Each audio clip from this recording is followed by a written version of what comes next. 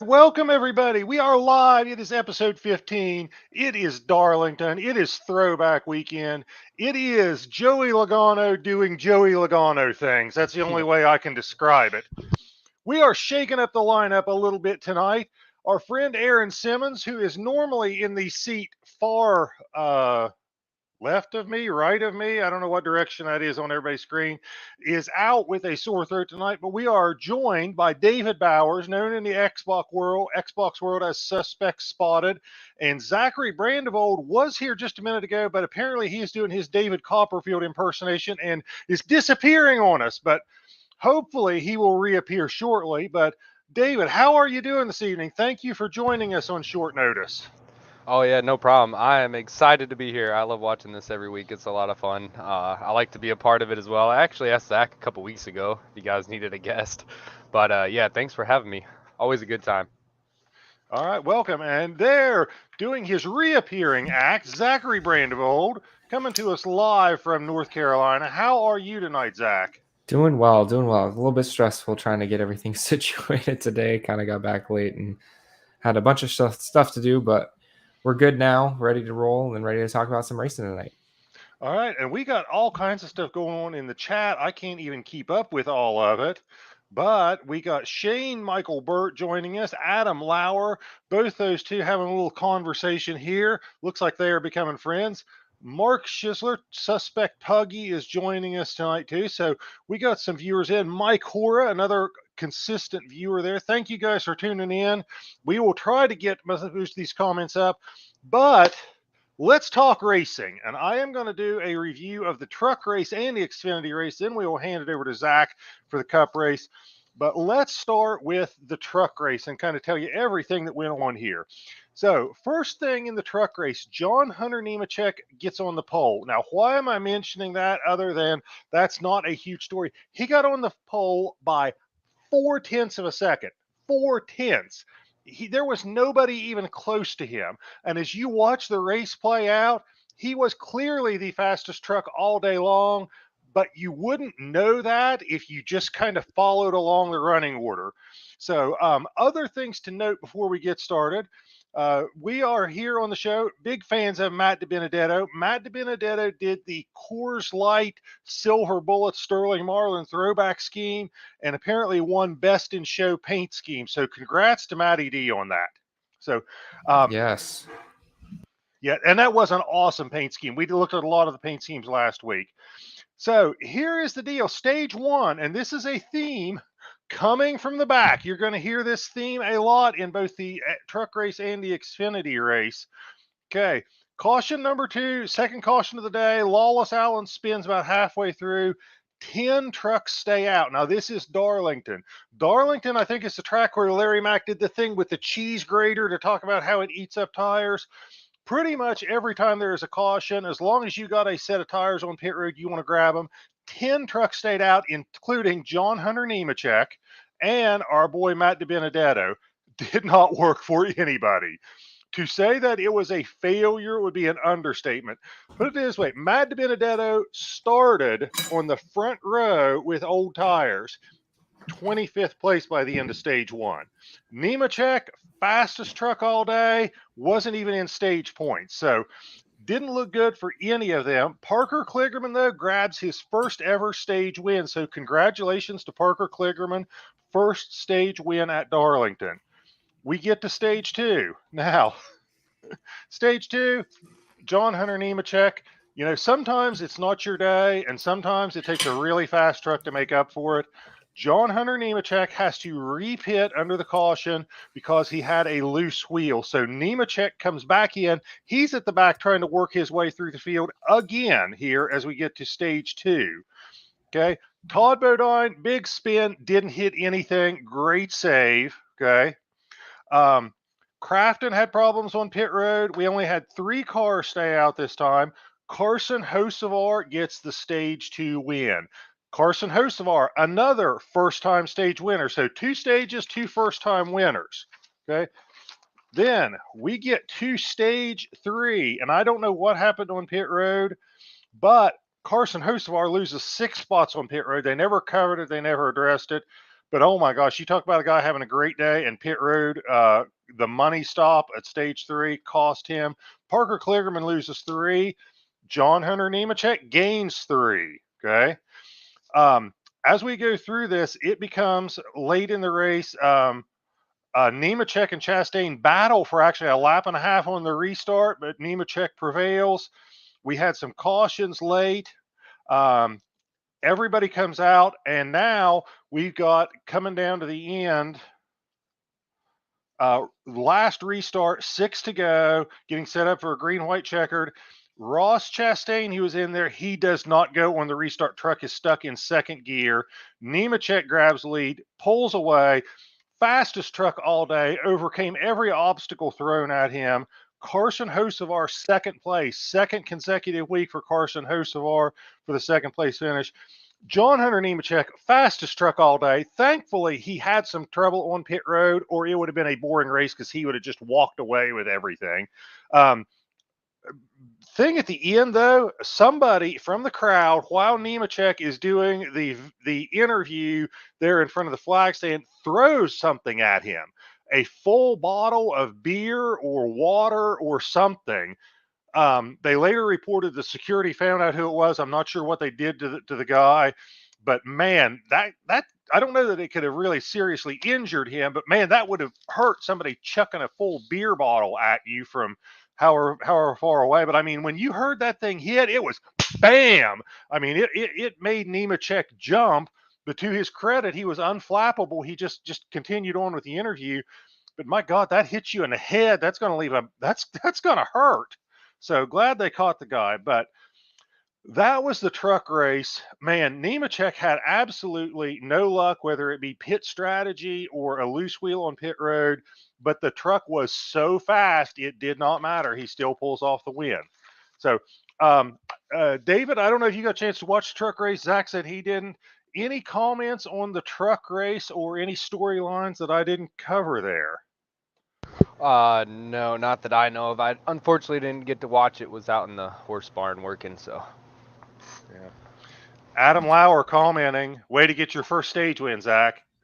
Yes, thank you. Yeah. Took lots of practice on the simulator, but I can't thank my guys enough for getting it done for me.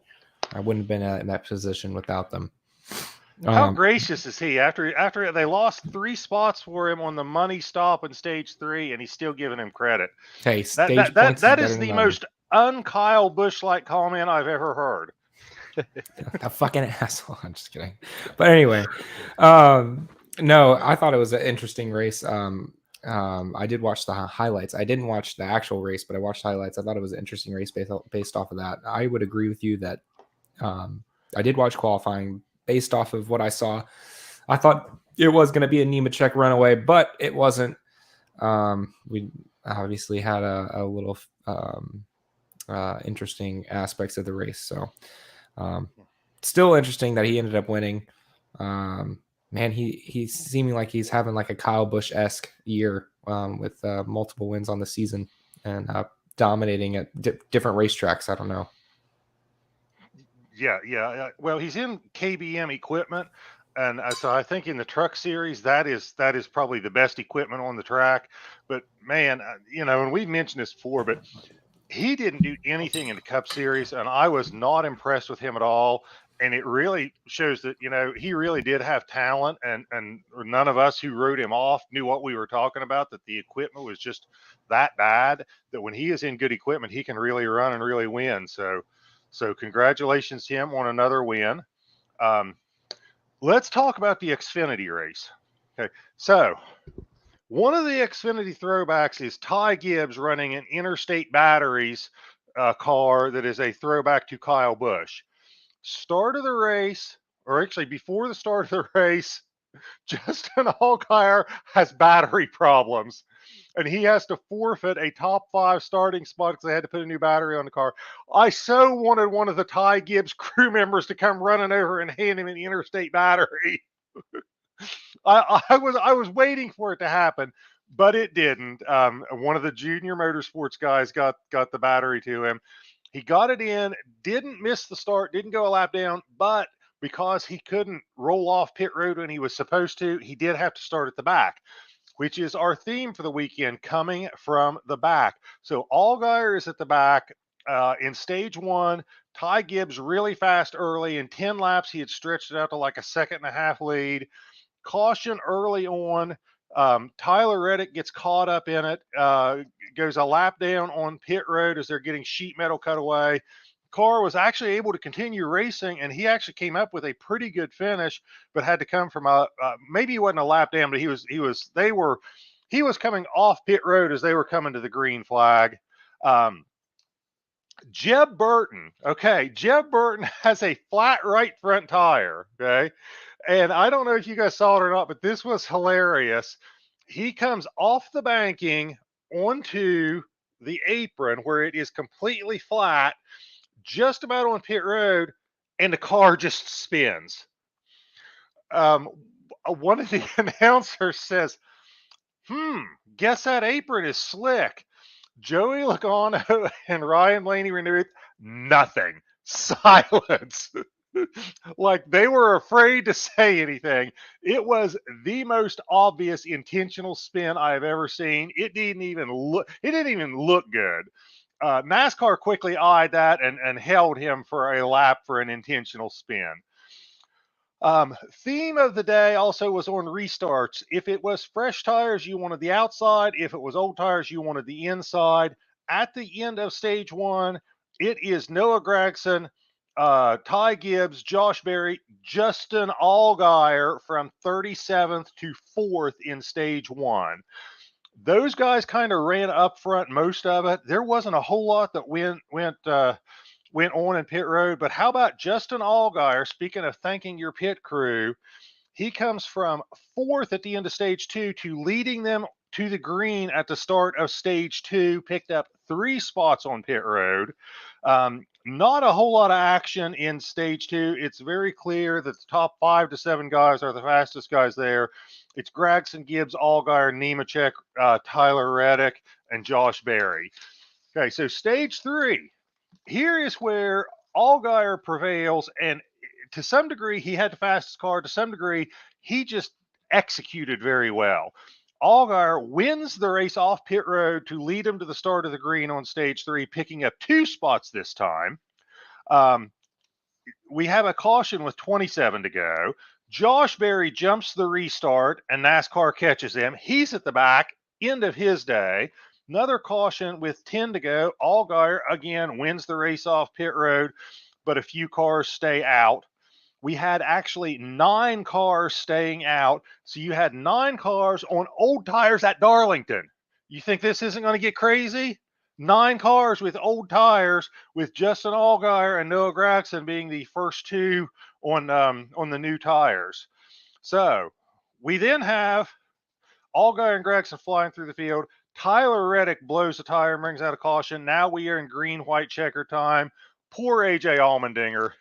He actually had a chance with the old tires because he was still up front. Now he is up front, and he has got fresh tires and Josh Berry right beside him, or fresh tires and Justin Allgaier right beside him. Allgaier with an incredible restart and just absolutely checked out. Couple other things I want to point out. John Hunter Nemechek had a great run, bringing it home in a top 5. And John Hunter Nemechek, his crew let him down. I think he may have had something, but lost 2 spots on pit road on the final pit stop. I love seeing some of these guys that are proven drivers, like John Hunter Nemechek's becoming a proven driver. He comes in and runs an Xfinity race for a lesser-known team. John Hunter Nemechek came in, ran for Sam Hunt Racing, got him a top 5. Tyler Reddick came in, ran for Big Machine Racing, had a great run going until he cut the tire down late in the race. But Justin Allgaier, with a great car all day, came from the back, did everything right. Pit crew executed exceptionally well. The only time he didn't gain spots on pit road was when he was already in the lead. So Justin Allgaier breaking, I think, a 30-some race winless streak. Congratulations to him. The right car wound up in victory lane in both the Xfinity and the trucks. It was the fastest guy. So I was glad to see that. But pretty exciting action, especially with those guys staying out on old tires in Xfinity. So anybody got anything they want to add on either of those races? And I got to catch up with the chat a little bit too. Whoa. Happy for Allgaier for sure. I've seen him. He came out to Plymouth Motor Speedway out here, a local dirt track. Well, it's now turned to asphalt, but he's a really good dude. I like him a lot. Good to see him get a win. I love Allgaier winning. Here, especially at Darlington, and snapping that race win streak, winless streak. I watched bits and pieces. I thought it was a good race overall. I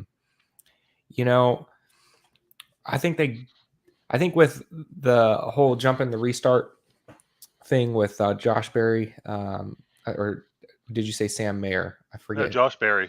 Okay, I thought you said Josh Berry. I thought that looked like a penalty, but I think they've given or let people pass, given people a pass with less before, in my opinion. So, I mean, I guess that NASCAR did what they had to do, but I've seen people get away with a little bit more there, than and not get a penalty previously. Oh, see, I thought it was like, I was like, what happened here? When the guy who's not the control car has a 5-car length lead going into P1, you're like, something's wrong here. Something in this picture does not add up. Yeah, but so, I thought that was one of the easier calls for NASCAR to make. I thought he had. I thought the inside car had spun his tires, and that's why. But I don't know. Regardless, I thought it was a good race. I did watch the highlights there, and good for Justin Allgaier. Always like seeing him win. All right, and we got observant viewers again. Mark Schisler pointing out that Ty Gibbs was a throwback to Bobby Labonte, not to Kyle Busch. So thank you for pointing that out. That's right. It was a Bobby Labonte throwback. So, all right, that is the undercard. So now we are ready for the main event, 400 miles at Darlington with the best in the business. Joey Logano leading him to the green. Zach, take us through the action. All right, so in stage one, Logano starts on pole with Kyle Larson on his outside. Larson gets a good start and passes Logano for first with Truex not far back. On lap 3, Keselowski wrecks off a 2, but saves it from any hard damage. That's because Corey LaJoie ran Hamlin up the track. And then on lap 33, Kurt Busch, after a caution comes out, they had caution pit stops. Kurt Busch almost loses a tire, almost ruins his race, but the crewmen stop him right before he gets out of the box, and he does not get a penalty there. With 11 to go in the stage, Kyle Busch gets ran down by a hard-charging Logano, who's closely followed by Chastain. Seemed like, in my opinion, Logano had one of the best cars, if not the best car, all night over a short and long run, as well as Chastain. But unfortunately, you'll hear his fate later. Chastain, who had been running in the top 10 the entire time, he qualified there and ended up running into the top 10 for the rest of the race until his demise. Logano cannot shake Chastain for the rest of the stage, but he hangs on to win a closely fought stage 1 by a small margin. Your top 5 is going to be Logano, Chastain, Bell, and Kyle Busch and Truex. Heading into stage 2, 25 laps into stage 2, Kyle Larson heads into the pits under green to check the engine after he spun out. And apparently, according to what I read, he ran the motor backwards, let his foot off the clutch and ran it backwards. And that's why he blew up. Logano and Chastain are still battling out for the lead, but Logano got out to an early lead, and Chastain slowly reeled him in and ended up passing him for the lead. With 19 to go in the stage, Keselowski blows a tire and gets into the wall. And then while he bounces off the wall, he gets into Kyle Busch and breaks his suspension. And that's their day's done, both of them, unfortunately. And Kyle Busch, who was in third place at the time, who had ran a pretty good race at the time, ends up not finishing the race. Kyle Busch, who is pissed, ends up leaving his car on pit lane. They have to run extra caution laps because of this. And pit lane does not get open until they remove his car. There's a note here that, remember, he got penalized last year for unsafe entry into the garage by running all over all those cones. And I guess this was a spite to NASCAR. I'm sure there's a penalty incoming for that. Go ahead. And I quote, "I couldn't make the corner," is what he said. I mean, he did have a broken suspension, so maybe I could buy that, but I don't know. So Ross Chastain gets the stage 2 win after a strong getaway. Your stage 2 results are Chastain, Truex, Logano, Hamlin, and Byron. Who's Byron, who didn't have a great qualifying, I don't believe, but ends up getting both top 10s. And then you have Eric Jones, who has top 10s in both stages as well, running a really strong race for Petty GMS Petty Racing. So, stage 3. I'm going to jump to 99 to go with a restart between Chastain and Hamlin. They're battling it out with Hamlin on the outside. Chastain tries to go low, loses the back end coming out of 2, and destroys his car. And I think he had the race-winning car based on his speed and where he could run. He was running the bottom, he was running the top, but unfortunately, he loses the back end, goes nose first into the wall, and ruins his race and ruins his run. Bowman blows what looks to be like a brake line. There's a huge brake fire coming out with 37 to go, and a fire breaks out. He is done for the day. And then you have a restart with Logano and Byron, who has been hard charging all race. And Logano initially gets a good fire off. He comes into one. He's on the outside. They're side by side. Logano looks to be like he could get a run coming off of 2 and down the backstretch to maintain the lead, but Byron gets loose a little bit, comes up the track, nearly forces Logano into the wall. Logano has to lift a little bit, and Byron ends up getting the lead. Logano doesn't like that too much as he radios onto his team about that move. And we have a little bit, maybe a rivalry brewing. But in any event, Logano stays in second. He drops all the way to third with a hard charging Tyler Reddick getting up to second place, being able to pass him. But Logano is able to run Byron down in the closing laps.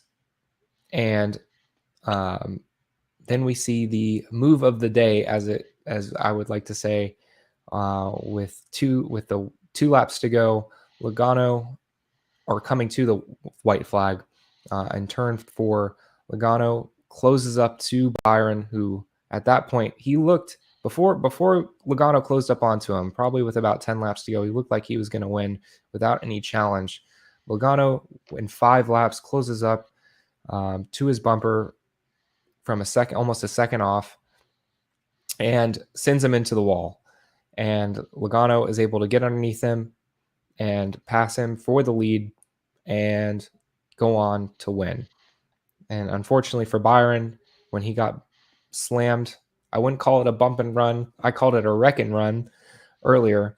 But when Byron got wrecked into the wall, he lost both of his tires. He ended up finishing 13th, with Reddick finishing in second. So your top 5 for the race would be Joey Logano, Tyler Reddick, Justin Haley with an awesome showing, Kevin Harvick, Chase Elliott, rounding out your top 5. Does anybody guys have any thoughts about this race? Couple things. Hearing Alex Bowman talk about his car after he was out of it and how bad it was and how awful it was, I almost expected him to come out of the car and like stop the safety crew from putting out the fire. Like, the car is so bad, just let it burn down. He was clearly not happy. I was waiting on him to make some comment in the interview about they should just let it burn and not put the fire out. Tyler Reddick, who has had awful luck all year long, has had multiple races where he had a chance to win and luck has not been on his side. I thought it was turning around for him because he was one of the cars that was on a 2-stop strategy instead of a 1-stop strategy. And the only way that was going to work was if in the cycle of stops when he was out front, but on older tires, if there was a caution and then everybody had to come to pit road and then they all restarted on fresh tires, but he would have maintained his position in front. That happened, and I'm like, oh my gosh, luck's going to turn around for Reddick and he's going to win this thing. But it looks like the car just didn't have the speed in it. Other thing is, how about Bill Elliott giving the race to William Byron with about 15 to go? And basically say, I don't know exactly what he said, but he said, oh, it looks like he's got this thing wrapped up or won or whatever. And Mike Joy has to step in and say, Bill, we're on a TV show. Help us build some drama here. We need people to stick around to the end. But I love Mike Joy just coming in and saying, Bill, we're on TV here. We need people to stay tuned in. So those were three things that were kind of side notes on this that I wanted to add in that I thought were really interesting. But David, what do you have to say? I think it was Bobby Labonte. He just, man, I love them guys, but Bobby, he just sounded so dry at points. He was just like, it's like they weren't really comfortable in the booth, I would say. Yeah, I loved seeing those guys there, but you're right. It's like they did not seem to have a whole lot to say at times, but I loved having them in the booth. Oh, yeah. So, okay. All right. Simoleon saying Bill Elliott has the commentator's curse. Shane saying he deals with Joey's all day in Gran Turismo.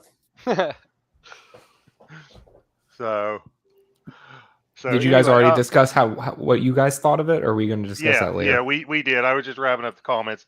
We are up to NASCAR news. So, Zach, you want to take us through NASCAR news? Yeah, so the NASCAR Hall of Fame 2023 class has been announced. It's going to be Matt Kenseth, Kurt Shelmerdine, thank you, and Herschel McGriff. The induction ceremony is set for January 20th, 2023. What are you guys' thoughts on this? Matt Kenseth was a no-brainer to me. I think if anybody doesn't know who Kurt Shelmerdine is, he ran a few races but didn't make it as a driver. But he was the crew chief for Dale Earnhardt during his heyday. I think he crew chiefed Dale Earnhardt to either 3 or 4 of his championships. Herschel McGriff, I had to look him up. And apparently he started his NASCAR career at like the second ever Southern 500 in like 1950 or 1951 and wrapped it up in 2018 in Phoenix at I'm not sure if it was a K&N West Series race or something, but he wrapped his racing career up at the age of 90. So, man. 90? 90, 90. Yeah. Yeah. Holy cow. Good for him. Yeah. That's a Hall of Fame inductee right there for sure. Yeah. So I had to look up Herschel McGriff when I started reading it. I'm like, 90 years old and still climbing in and out of a race car and racing. That was amazing. And Shane's saying 94 and still races. So I assume he's doing, local tracks, not on the NASCAR, like the K&N series. Wow. But extremely impressive. Extremely impressive. I'm still waiting. I think that, I think Carl Edwards makes it eventually, but I think this class is more notable because I think the 3 that are in are no doubt about it. But I think you start getting to the point where we start talking about who didn't get in that maybe could have. I think Carl Edwards gets in some point. I don't know what it's going to take for him to get in, but I think he makes it in at some point. I don't know either. I would really like to see him in. So I hope that happens at some point. Yeah. But we'll see. Another great driver that just never won a championship. He was close a couple times. Yeah. Yeah, and the caution in, was it 2016? With 15 to go Yeah. for debris at For Homestead. debris. Debris is going to be one of the things that is, if you're a Carl Edwards fan, that will upset you till your dying day, with good reason. Me.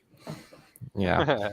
But yeah, I thought that Matt Kenseth was a lock. I also thought that Kirk Shelmerdine was also a lock as well.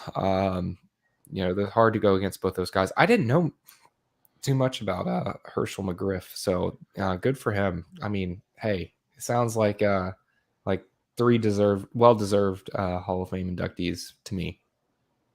Yeah. So, all right, what you got next, Zach? Yeah, so moving on, Trackhouse Racing actually was forced to change the fonts. Remember, we did the scheme reveal last week. They're actually forced to change the fonts for their throwbacks this past week because they look too close to the original. So they ended up putting a line through both of them in order to differentiate. And we can't determine whether or not that was a Teresa Earnhardt's doing or not, or if it was just something that Trackhouse wanted to do. I don't know. But what are you guys' thoughts on this one? Let's start with you since you popped up, David. Oh, my bad. From what I heard, Trackhouse Racing did actually not receive any requests to change the number. They just went ahead and did it themselves, and I'd imagine due to Teresa Earnhardt, but that's just my assumption there. Yeah. Yeah, I'm going to agree with David. I can't believe that it is something they wanted to do. If they wanted the font to look like that, they would have designed it that way to begin with.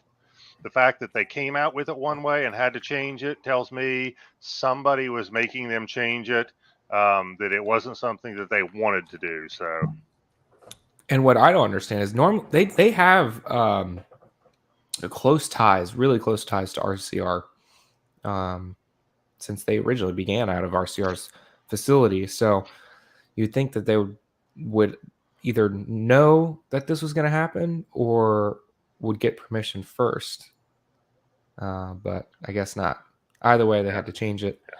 And I didn't think it really took away too much from the schemes themselves because they were pretty badass, in my opinion. And obviously, you saw Chastain's up front a lot. But yeah, I don't think they took away too much from the originals, in my opinion. But interesting to see that play out. All right, but the next big story, William Byron signs a 3-year extension to stay with Hendrick Motorsports. What are you guys' thoughts on this, Tom? Not really a surprise. It seems like Hendrick doesn't do a lot of one-year deals. When he wants to sign somebody, he signs them to a fairly long-term deal. I think between last year and then the hot start to this year that William Byron has proven himself. He's a multi-race winner this year. And arguably, he's been the strongest of the Hendrick cars this year, maybe because he's been the most consistent in a lot of respects, but not a surprise. I think he's proven himself. But I want to go back and say it wasn't that long ago when everybody was questioning what Rick Hendrick was doing with these young drivers. When you were having the departures of Jimmy Johnson and Dale Earnhardt Jr. and Jeff Gordon, and it's like, William Byron and Alex Bowman, these are the next great drivers, and they were young and unproven, and everybody was like, are they going to be able to fill these shoes? Well, guess what? Rick Hendrick's looking like a pretty smart man right now. Yeah, it's just like when Jeff Gordon found Jimmy Johnson and they decided to take a risk on him, and he ended up being a 7-time champ. I think that the thing about Hendrick Motorsports, though, is that he takes and he molds drivers alongside of Jeff Gordon. He finds the best team to put together, and they have a lot of room to grow as to where other places not so much. Yeah, he's very good at what he does. 100%. Hendrick, I think, has a strong history of molding drivers into who he wants, but also he goes out and finds. If it's not him, it's his associates. It's an iconic team. Everyone wants to drive for Hendrick. So, and he pays the money to bring drivers there too. So, as seen with Kyle Larson. So, William Byron, good for him. When he first started, he originally started with iRacing, came up through the ranks. I didn't know what to think about him, but clearly he has the talent to stay in NASCAR, and I think he deservedly earned this extension with Hendrick. So good for him. And that is the NASCAR news for this week. Take it away, Tom, with our next segment. We are up to who's hot and who's not this week. And by the way, viewers, feel free to chime in with who you guys think is who's hot and who is not this week. Do either of you want to go first? I know we kind of had you as a late addition, David. Zach, are you ready for who's hot or who's not, or do you need me to jump in? Why don't you jump in really quick? Okay. I have some of it, but I want to get some of my thoughts down. Okay. All right. I've got all kinds of who's hot. So I'm not limiting myself here to one person, but I am saying who's hot. First one, who's hot? Carson Hocevar. 2 consecutive second place finishes and first ever stage win at Darlington. So Carson Hocevar, a.k.a. Zachary Brandevold lookalike. Carson Hocevar is my first who's hot. Okay. Next one is going to surprise you guys because I bet it is under the radar screen of a lot of people. Michael Mcdowell. Top 10 finishes 3 of the last 4 races and an average finish in those 4 of 10.25. Michael McDowell, 3 top 10 finishes. And finally, Riley Herbst. And I was kind of critical of him last year, but Riley Herbst, 8 top 10s so far this year. He had 9 top 10s all of last year. So I'm going with Riley Herbst as another who's hot. I just couldn't limit it to just one. I had too much good stuff going on.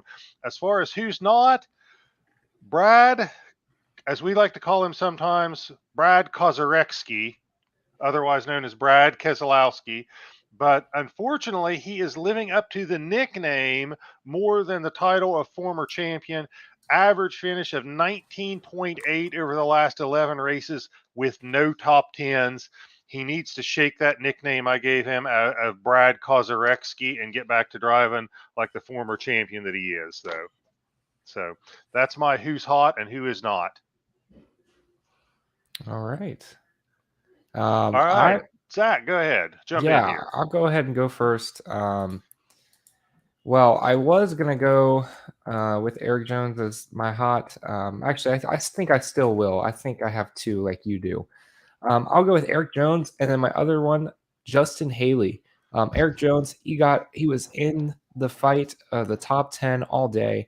Ran very well. Like we've seen him run earlier this year. He finished inside the top 10 in both, actually inside the top 5 in both stages. Unfortunately, this time he gets caught up in an accident, ends up finishing 25th, but promising speed shown by the new Petty GMS Racing co-team now. And we're starting to see them up towards the front a lot of these races and actually putting on a good show for that team. Actually, Ty Dillon ends up finishing 12th here at Darlington. Good result for him. But Justin Haley gets 3rd place with his colleague racing 31 machine. 3rd place, and it was pretty much on merit. He did run a similar strategy to what Tyler Reddick was running. That got them in the position that they were late in the race, but he held on from hard charging Kevin Harvick and Chase Elliott right behind him as well. and is able to hold him off for quite a bit of laps there at the end on merit. So good for him, good for the team, good result, and something to build on. So I know I just watched, or just saw earlier that he cracked the top 20 in points. So maybe working his way up towards a playoff spot. Maybe I know he has a Daytona Cokes 400 victory before, so maybe that's a sign. I don't know. Okay, let me just say, for Eric Jones and all the petty GMS fans out there, his bad finish, I take full responsibility for it. I picked him in both of my fantasy leagues, and that is how it works. If I have somebody in both fantasy leagues, they will run well all day and then have a horrible finish at the end. So I take full responsibility for that one. I apologize to Eric Jones and all his fans. Completely my fault. I picked him in both fantasy leagues. Not one, but two. That's always the kiss of death. All right, David, who you got?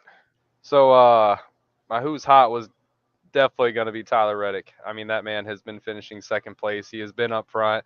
He has led races. He was wrecked at Bristol Dirt. I mean, unfortunate, but I will say that I think he's going to get at least 2 or 3 wins this year, if not even more. I mean, he's been up there in multiple races, and he's got a good chance at the playoffs. And love to see it, even after Chase Briscoe. Was it Briscoe that dove underneath him in Bristol? Yeah. Briscoe dove underneath him in Bristol. I mean, he didn't get heated. You know, he's cool about it. I mean, it was an aggressive move, but at the end of the day, he was pretty nice about it. My second one was definitely going to be Justin Haley. The 31 car finishing third place is an amazing thing. He started from the 29th position. Love to see it for him. Zach pretty much summed up everything else on him. But and then my who's not was definitely going to be Brad Keselowski, same as yours, Tom. Since switching to RFK, owning that with Roush, he has done not a lot. He hasn't looked the best. I don't know what it might be. The cars seem pretty even now.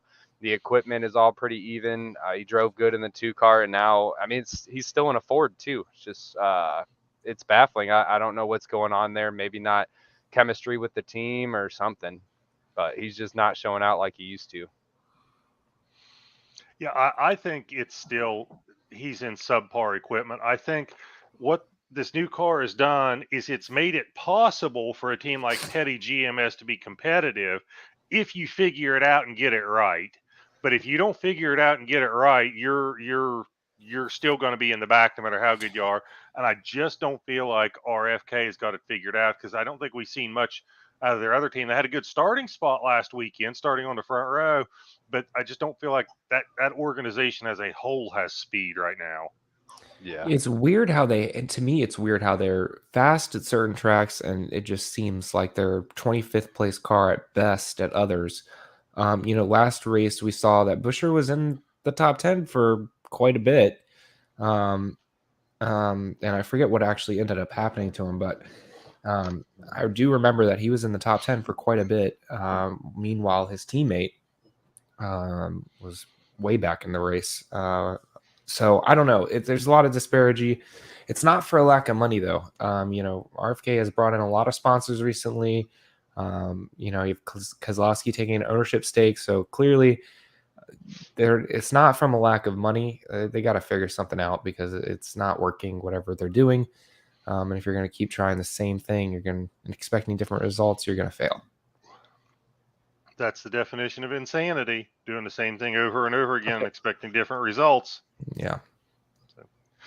Okay. All right. Next, we have the green flag, red flag segment, and normally Simoleons host that, but if it's all right with you, Zach, I'll take us through this one. Go ahead. All right, and viewers, please chime in. Chime in with your comments and green flag, red flag on this one. And if you don't feel like texting a lot or typing a lot, just GF or RF. Okay. Okay, so this one I think we'll probably get some pretty consistent opinions on. Kyle Busch purposely parked his car right at the entrance to the garage area because of the incident last year at the same track where he was fined for driving too fast through the garage area, taking out cones, and apparently putting people in danger. So green flag if you think he did it purposely, red flag if you think it was not done intentionally. So, David, let's start with you. Green flag, 100%. This man got wrecked. He was upset, and I think as he was going down pit road, he was like, "Huh, I took out some cones last year and got fined 50 grand. Watch this," and he parked it right at the entrance. 100%. I green flag. I do not think that there's anything else to it. I understand his tire was messed up, but if you look at the picture, he is angled at a 45-degree angle into pit road, like into the garage area entrance. He could have made it. He could have. Zach, what about you? Yeah, I gotta say that it's. I gotta say, I would say green flag. I think he purposely did it. He did have that. He did have that suspension damage, so it's possible. But I'm sure he was pissed off and just wanted to get out of the car. I don't know how he remembers these things. I can barely remember what I ate yesterday. I don't know how he remembers from all of his holds all of his grudges that long and remembers them for that long. That must be taxing. I'm just here so I don't get fined. Yeah. Sometimes I think his actions are more like, I'm just here to make sure I get fined. But yeah. I'm saying green flag. I don't think that Kyle Busch does anything by accident. I think he is the most calculating and planned of the actions he does, the words he says. They may seem like they are coming off spur of the moment, but I think it's calculated. I think he knew exactly what he was doing. It was done intentionally. The same way that right after he wins at Bristol, the race immediately after it, suddenly he's making comments to the press about his contract. Hard for me to imagine he wasn't asked about his contract any other week of the season until the week after he gets a win. And then he decides to talk to the press about it. So I think it was both those moves were calculated. I'm going green flag all the way. Okay. Next one, we have three options. We have green, yellow, and red. And just to close the loop on that last one, I think the only person that gave it a red flag was our co-host Simoleons. Wow. Other than that, it was unanimous greens. He's sick. I don't know if he's well when he made that decision. Yeah, that could be. But three options on the next one. Which NASCAR legend was best in the booth on Sunday?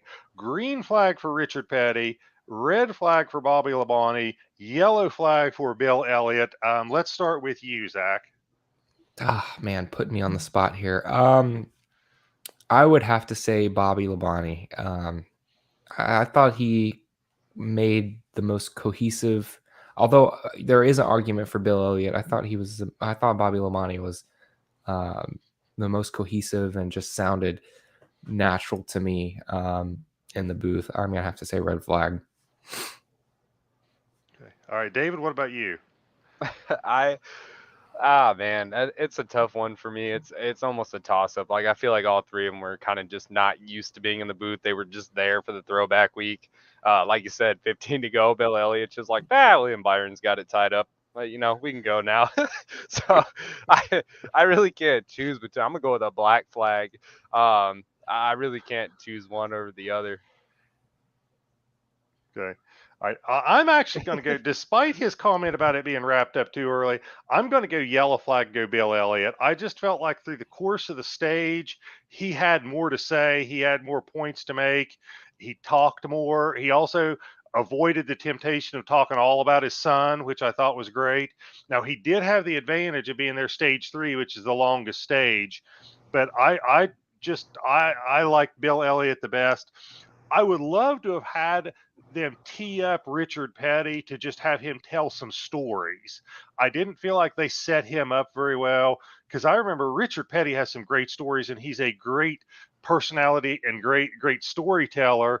But instead of just walking about the race and the scenarios and the action, if they could have teed him up to have him tell some of his stories, I think he could have easily been the big hit of the three. But again, I think that's Richard's strong suit, is telling stories, and they didn't tee it up for him very well. I agree. Okay. I agree. All right. Now, green flag, red flag, and this is going to be the one that everybody's going to want to talk about. Green flag, red flag. Joey Logano's contact with William Byron at the end of the race. Fair or foul? Fair is green flag.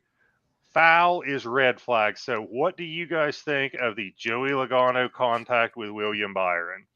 Zach, let's go with you. All right. Well, I'm going to say it is fair. You're going for the win. I don't like Logano. I really don't have anything good to say about him. However, you're going for a win. He's winless in a playoff format. That means you have to win. Keep in mind the amount of different winners that we have this season as well. It's a must-win situation. You know, Byron, he already has a win. So when you're thinking about it and you're running him, 2 wins. When you're thinking about it and you're running him down and you're faster, and you also think about in the back of your mind, you're looking at that contact that happened earlier in the race between both of them, where he kind of muscled him for the lead. I think it all added up to a perfect storm. Could he have passed him clean? Maybe. But it was very, very hard all day to try and pass cars, as we saw, especially for the lead, because they take their line away, and then you ruins your run. And so you have to wait a whole nother, maybe if you're lucky, maybe 3 laps in order to close into the back of them, because you get dirty air. So I think this was, maybe he could have been a little bit less forceful about it, but it's a move for a win. So we've seen it happen in the past. Chastain did it earlier this season.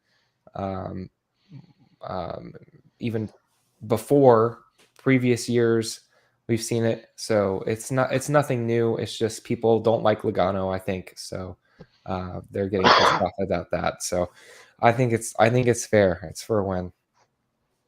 Okay. All right, David, I'm sensing that you might have a different take on this. Red. He didn't even attempt. He after the post race and all that, he was trying to say, oh, you're not gonna put me in the wall, and then I'm not gonna do anything back. It was hard racing. Logano barely got into the wall. Yes, he lost momentum. I'm sure he was all kinds of upset about it, but he had no reason to just drive into 3 and punt William Byron up to the wall. He wrecked the right side of the car. He blew 2 tires. He finished 13th. And just like Jeff Gordon said, William Byron will have a payback coming, and I look more than forward to seeing that. And I've seen tons of arguments this week online about, oh, well, if the roles were reversed and Byron did it to Logano, then everybody would be cheering. You're right. That might be true. And that just has to do with reputation, because not a lot of people like Logano. Look what happened in Martinsville. Matt Kenseth. At Kansas, Joey Logano gets up into Matt Kenseth, turns him, spins him out. He loses the championship. What's Matt do? He goes to Martinsville and plows that little son of a you-know-what into the wall as hard as he can. And the whole crowd is up. Yeah, and there's a reason for that. Yes, there's going to be difference in opinion.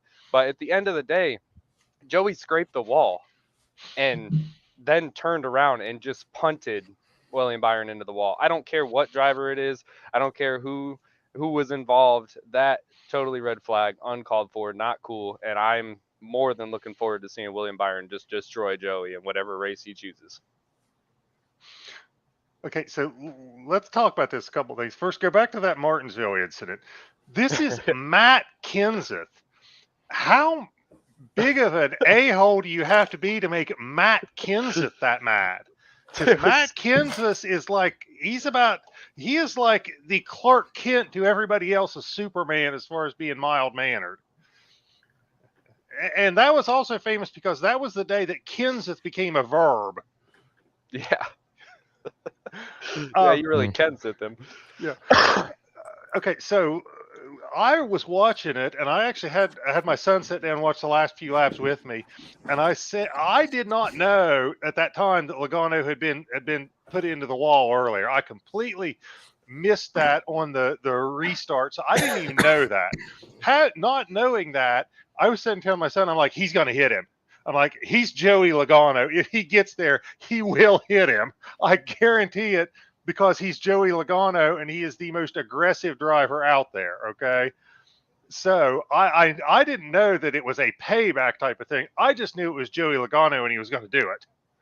So I am actually, though, my parents raised me, you don't start trouble, will you finish it? If somebody had put me into the wall, you better believe I'm going to put them back into the wall when it comes down to it, especially if it's for a win. I'm actually going to say green flag on this one, just because it's, you know what? You started it. The gloves are off now. You started, the gloves are off. You put me into the wall into the restart. Whatever happens, you have no right to complain because you were the one that started it. So I'm actually going to say green flag. Yep, but did you see the contact though? William Byron, it was not intentional whatsoever.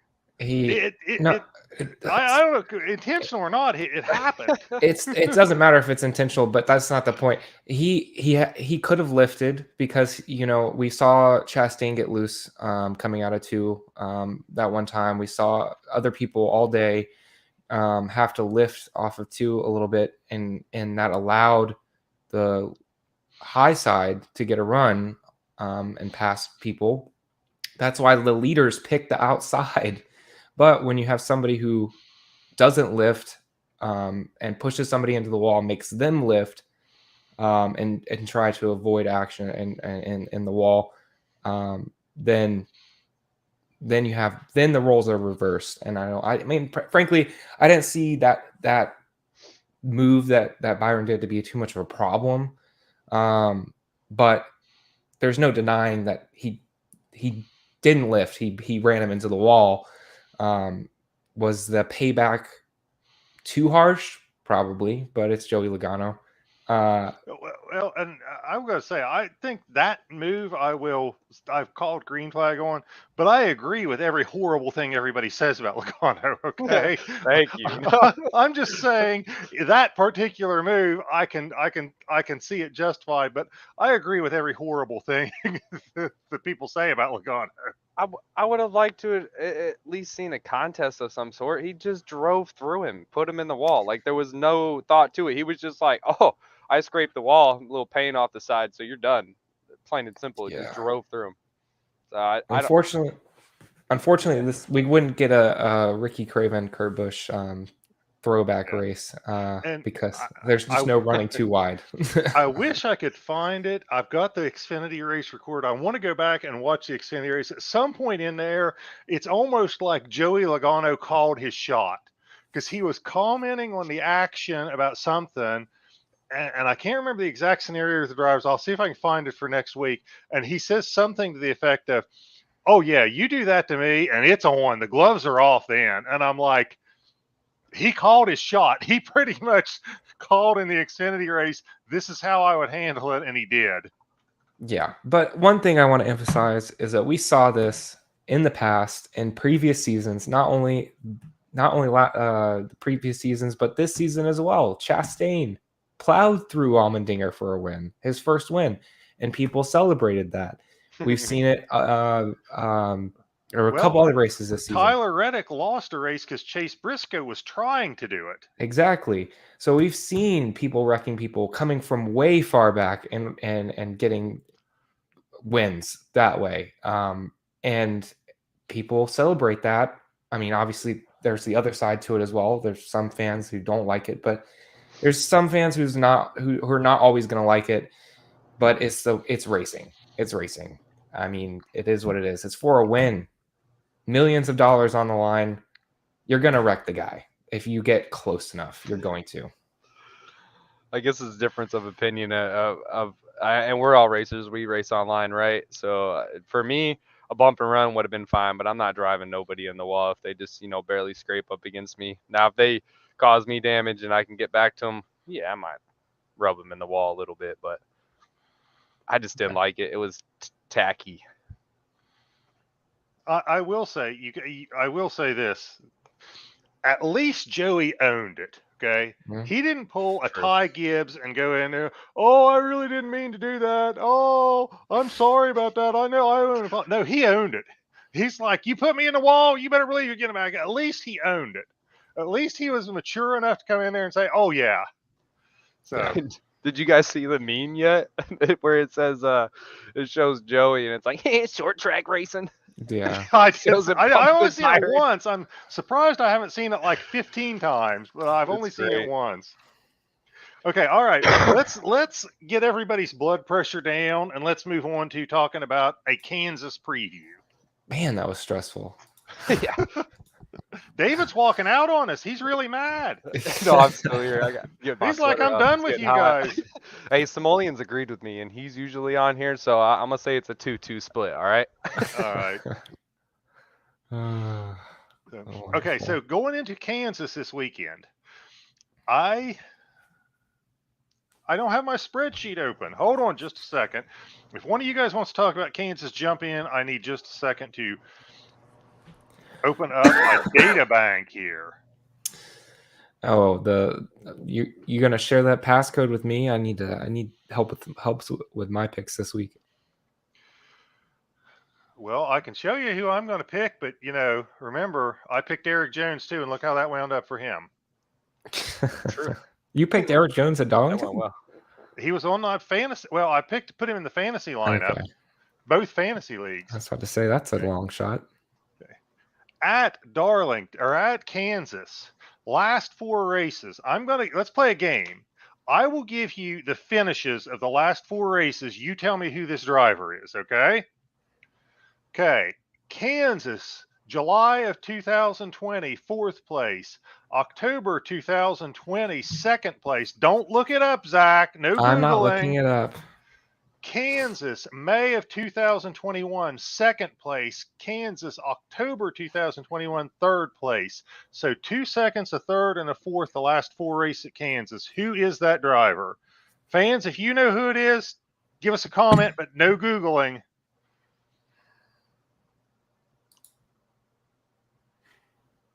You said 2nd, 3rd, 4th, 4th? Or what was that? 2 Blaney? seconds, a 3rd, and a 4th. Is it Blaney? No. Wrong answer. Not Ryan Blaney. 3rd, 4th, 2nd. Trying to think back to that Matt Kenseth race where. No, that was. Huh. Not too. Yeah, I don't know. I'm gonna take a wild guess and say Kevin Harvick. Did you Google it? No. Did you look it up? Kevin Harvick. Average finish last 4 races, 2.75. Not bad. 2 seconds. Even, and if you remember, 2020 was an abysmal year for all of Stewart-Haas racing. And still managed to get a 4th and a 2nd at Kansas. So Kevin Harvick is going to be somebody I am probably going with. I only guessed that because that was gonna be my my pick. I would choose a different one though. So anyway, if we're doing a Kansas preview, I am saying Kevin Harvick is. I don't know that he's going to win it, but I think he's going to have a strong run. What are you guys thinking about Kansas? Well, I want to say last year we saw that was Penske early, but mostly after that it was all Hendrick dominated. I'm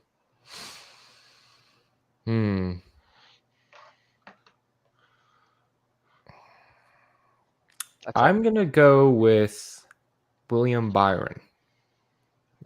He had a great car last fall, but he had loose lug nuts. Careful! I know the people that have a show named that. I know. And he ended up finishing 6th. But he was leading for quite a bit there in several places. So I'm going to go with Byron. I think he wins this. We saw Larson do really well. to me, he's kind of struggled this season in tracks where we saw last season he did well at. And he hasn't really shown up as much as his other Penske teammates. Seems like kind of Byron and Elliot to a certain extent more recently have kind of shined a little bit, but I don't know. Yeah, I'm gonna go with Byron, and as my dark horse, I'm gonna need a second on that one.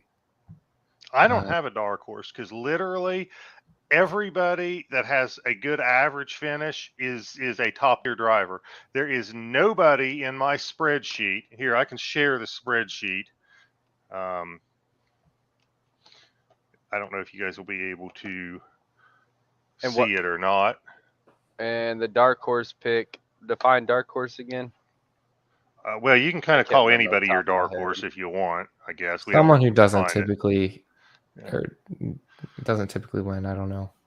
Yeah, you guys probably, I don't know if you guys can read that, but like all of these guys that you would think of as top tier drivers are the ones that are up there.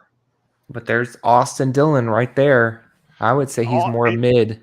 If you call Austin Dillon a dark horse, that's fine. But Austin Dillon, I wouldn't disagree with you, has an average finish of 14.5 and a best finish of 10th. So it's not like there's a real dark horse that's showing they have a chance to do real well.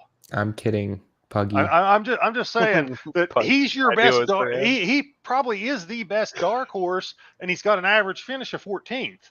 Yeah, I don't know. So Tyler Reddick would be considered a dark horse. I'm gonna go with him. Yeah. Well, I don't know if he could be considered a dark horse, but if you want to call him that, you can. My pick is Adam's got it right there. See his comment. Larson wins it for sure. The man is a monster at Kansas, even when he was in the 42 car. I mean, the high side seems to always be where he likes to be at for the tracks that that line's available and it's fast.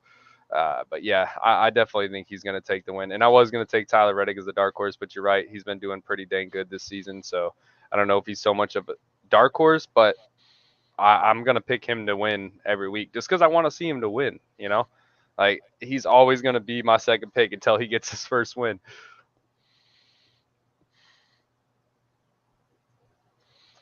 I don't know who a dark horse is. I really don't.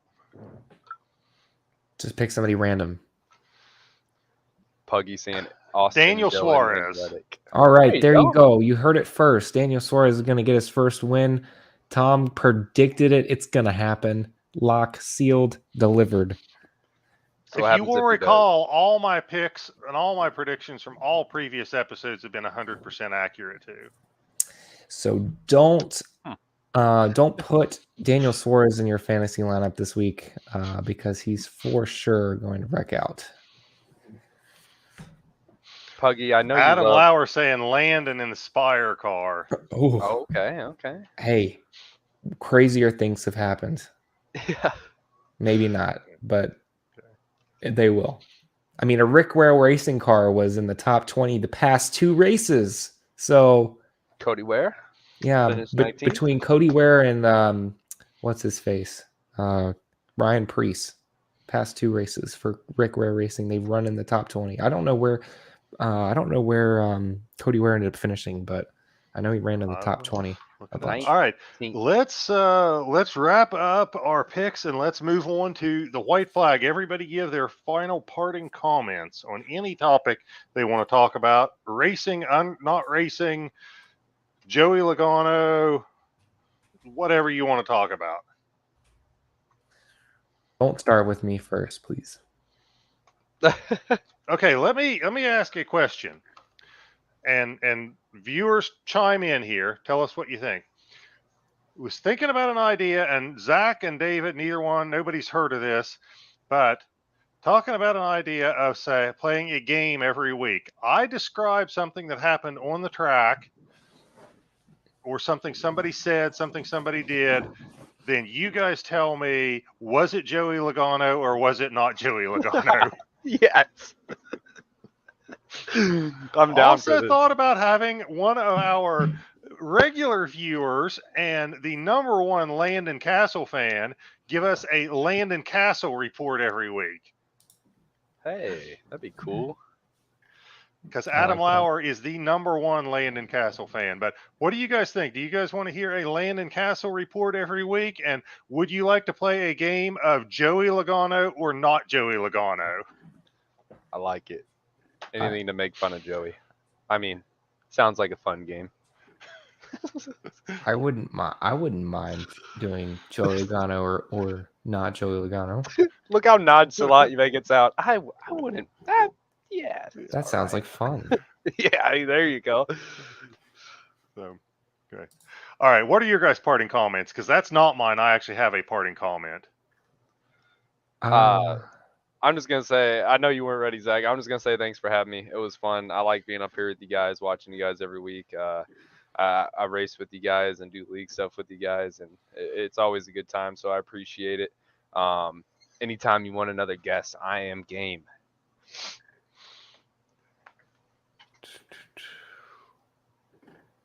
Adam thinks that's a great idea. Okay, I got to give some full disclosure here. Adam and I were trading text before the thing, so I got to give Adam kind of the credit for the Joey or not Joey thing. It's a good idea. He was brainstorming with me via text for there. Zach, you got a parting comment? No, nothing in Okay. particular, unfortunately. I'll leave it at that. I'm excited to see what Kansas brings. Don't forget to vote for the fan vote for the All-Star race. A lot of good options. Yeah. Adam is going to say vote for Landon Castle. Okay, my parting comment, I'm going back to our first story in the truck race and John Hunter Nemechek and having a beer bottle or water bottle or whatever it is thrown at him. Okay, here's the deal. You buy a ticket to a race. That gives you a chance to watch the show. You are a fan. You are a spectator. You are not part of the show, okay? You sit back and you watch, you cheer, but you don't become part of the show by throwing things at the guy who won the race or throwing things at anybody else, okay? One of the great things about our sport is that the drivers are so accessible. You can buy a pass and get on pit road before the race starts. They come right up to the fence and interact with the fans. They grab the checkered flag right out of the flagman's hand. Sometimes they give something to Ross Chastain was sharing his watermelon with the kid that came up there. Don't kill that access that we have to these drivers. That's one of the things that makes NASCAR great and makes NASCAR so popular is you can interact with the drivers and you have access to them. Don't ruin that and take that away by being a jerk and deciding that you want to be part of the show by throwing something at somebody. Knock it off. Don't do it. Let's not make it a trend. Yeah, That's my rant. It's just like Alex Bowman when he won it, or not when he won, sorry, when Denny won at Martinsville and they were chucking water bottles at him. Not that I like Denny anymore these days. He's kind of a clown too. Or wait, was that Mike Hoare saying the guy who got Who won arrested that race? shortly after. Good. No, it was Bowman that won. Yeah. So, okay. All right. That is all I got. I want to thank you guys for tuning in, and I want to thank David for being our guest host, kind of on short notice, I think, too. You did a great job, David. We'd be happy to have you back anytime. Thank you. It was fun. I like it. All right. And with that, we are going to say goodnight to everybody. Thank you all for tuning in, and we will see you next week. Later, guys. All right. Good night.